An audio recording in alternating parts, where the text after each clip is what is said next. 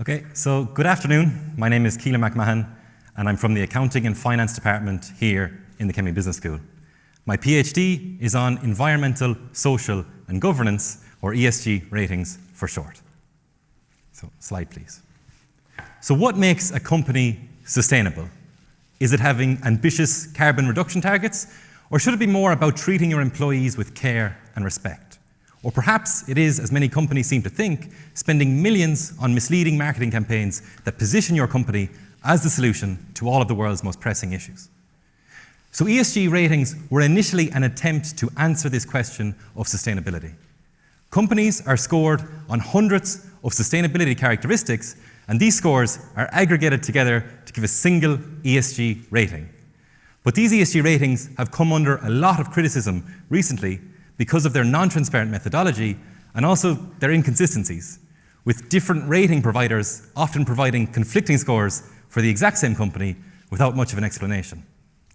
So my thesis begins by looking at the historical evolution of the ESG rating space to understand how we've gotten into this mess. So ESG started as an attempt to quantify corporate social responsibility, but it's slowly transformed into now just being a tool for investors to protect themselves from financial impacts as the world deteriorates around us. And this has happened mainly because of the for-profit business model that has come to dominate the industry.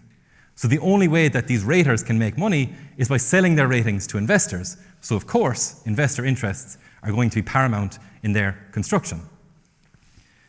The second part of my thesis scrutinizes ESG ratings' utility in financial risk mitigation. And despite being marketed prominently as a risk reduction tool, there is no evidence from my analysis to suggest that ESG contains any information on financial risk that isn't already captured in the market.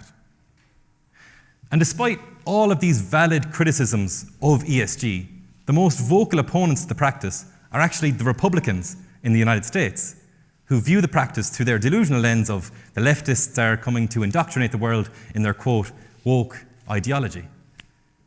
But anyone with any understanding of what modern ESG ratings have become realizes that the only ideology being perpetuated by them is the ideology that shareholder value maximization is the only thing that we can consider in investment decisions.